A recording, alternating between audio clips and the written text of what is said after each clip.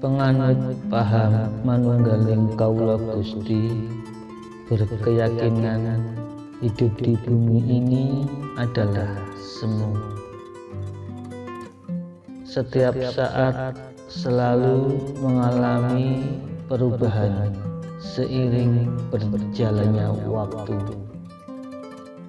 Musnah dan terbentuknya suatu keadaan, kelahiran dan kematian datang dan pergi silih berganti. Susah dan senang hanyalah penghias sang waktu. Harta kemewahan pasti ditinggalkan. Jalan dan tujuan hidup seperti apa yang dicari penganut paham manunggaling Kaula Gusti? Mari kita simak video ini.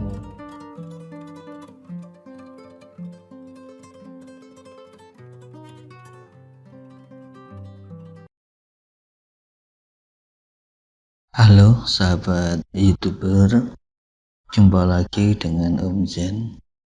Saya berharap teman-teman selalu dirahmati Tuhan. Kali ini saya akan berbicara tentang jalan dan tujuan kehidupan sesungguhnya menurut ajaran manunggaling Kaula Gusti dari Syekh Siti Jenar yang terdapat dalam Kidung Serat Syekh Siti Jenar. Menurut ajaran manunggaling Kaula Gusti dari Syekh Siti Jenar, Zat Tuhan di samping dianggap sebagai sumber sebab segala sesuatu, Dia juga menjiwai segala sesuatu yang wujud dengan segala perubahannya. Pengertian ini didasari dari ucapan Syekh Siti Jenar yang menyatakan bahwa dirinya sebagai pribadi yang terbentuk dari Sang Penguasa alam. Syekh Siti Jenar percaya bahwa kehidupan manusia di atas bumi hakikatnya adalah sebagai kehendak Tuhan. Penganut paham manunggaling Kaula Gusti berpendapat dalam kehidupan sehari-hari, perilaku mukmin ditentukan oleh kehendak Tuhan. Manusia tidak punya pilihan lain selain menuruti kehendak Tuhan, karena jasad dan pikirannya telah dijiwai oleh Tuhan.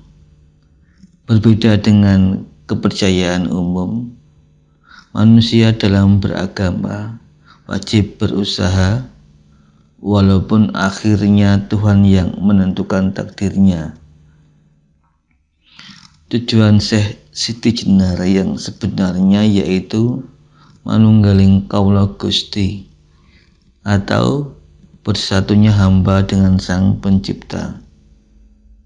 Ajaran Syekh Siti Jenar banyak diperoleh dari pengalaman ketuhanan yang bersifat rohani dari beliau. Banyak orang yang menyimpulkan ajaran manunggaling Kaula Gusti sebagai ajaran kebatinan dalam arti yang luas. Ajaran kebatinan yang menekankan aspek kejiwaan daripada aspek lahiriah yang bersifat indrawi.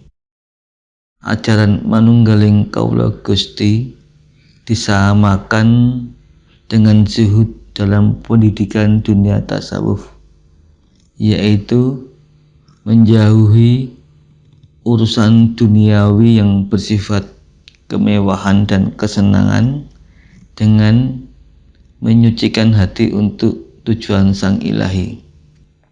Seperti pandangan umum umat Islam secara tauhid, banyak yang percaya Allah atau Sang Pencipta itu memiliki sifat 20. Syekh Siti Jenar juga mempercayai itu. Yang membedakan adalah umat Islam yang baik berusaha menyesuaikan diri dengan sifat 20, sedangkan Syekh Siti Jenar justru menganggap dirinya penjelmaan sifat 20. Menurut Syekh Siti Jenar, kehidupan di dunia dianggap semu atau tidak nyata. Perubahan selalu terjadi secara terus-menerus di setiap saat. Kehidupan, kematian datang dan pergi silih berganti. Hidup di dunia sama dengan hidup di akhirat yang tidak layak untuk dijadikan sebagai tujuan utama. Menurut Syekh Siti Jenar, dunia ini dianggap sebagai alam kematian. Sebaliknya, alam kematian itu sendiri dianggap sebagai awal kehidupan yang lebih abadi. Anggapan pemikiran ini didasarkan pemikiran bahwa jasad dan alam semesta ini hanyalah titipan yang akan diambil Sang Pencipta saat kematian. Badan wadak dianggap sebagai penjara bagi roh yang memberatkan di dalam kematian di dunia ini. Di alam kematian di dunia, manusia akan menerima siksa dan pahala. Surga dan neraka terjadi di alam dunia atau alam kematian dan bersifat tidak langgeng. Surga digambarkan sebagai kesenangan dan neraka digambarkan sebagai penderitaan yang terjadi di dalam batin manusia.